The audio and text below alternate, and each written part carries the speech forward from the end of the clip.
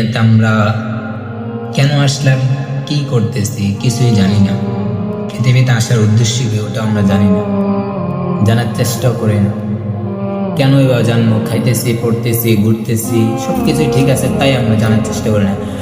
তোমার জীবনে এমন একটা সময় আসবে যে তুমি রিয়েলাইজ করবা তোমার তোমার চতুর্পাশে সব কিছু থাকা সত্ত্বেও তোমার কাছে খালি লাগতেছে। ওই খালিটা কেন জানো? ওটা হচ্ছে আল্লাহ তাআলার রহমত। তোমার আল্লাহ তাআলার রহমত থেকে তুমি নিজেকে সরাই নিয়েছো। আল্লাহ তাআলার রহমত থেকে নিজেকে সরাই নেওয়ার কারণে খুব একা ফিল করবে তুমি।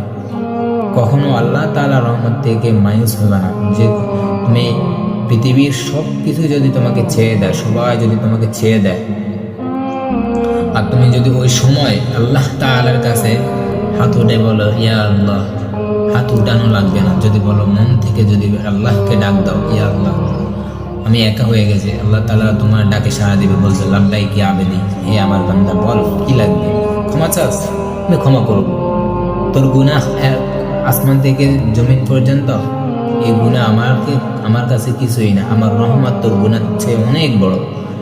তো আল্লাহ তাআলার কাছে বেশি বেশি আমরা ক্ষমা চাইব। আল্লাহ তাআলার রহমত আমাদের গুনার চেয়েও দ্বিগুণ বড়। আর বরকতময় মাস রমজান, এই রমজানের মাসে আমরা আল্লাহ তাআলার কাছে বেশি বেশি বেশি বেশি আল্লাহ তাআলা মাগফিরাত কামনা করব। আর সব লাইলাতুল কদরের আশায় আল্লাহ তাআলার কাছে বেশি বেশি ক্রন্দন করে চোখের পানি ফেলে আল্লাহ তাআলার কাছে চাইতে থাকবো যে ইয়া রব্বুল আলামিন, রমজান বরকত মাস আমাকে যখন দিয়ে দিয়েছো তুমি, তোমার রহমত আমার উপরে যখন করছো, তাহলে তুমি আমাকে লাইলাতুল কদর দান করো।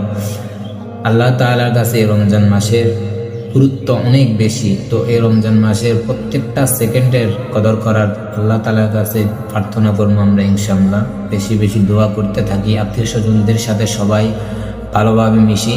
কেউ যদি আমার উপর নারাজ থাকে তার কাছে যে ক্ষমা চাই, আর কারো উপর যদি আমি নারাজ থাকি তাকে ক্ষমা করে দিই। ঠিক আছে।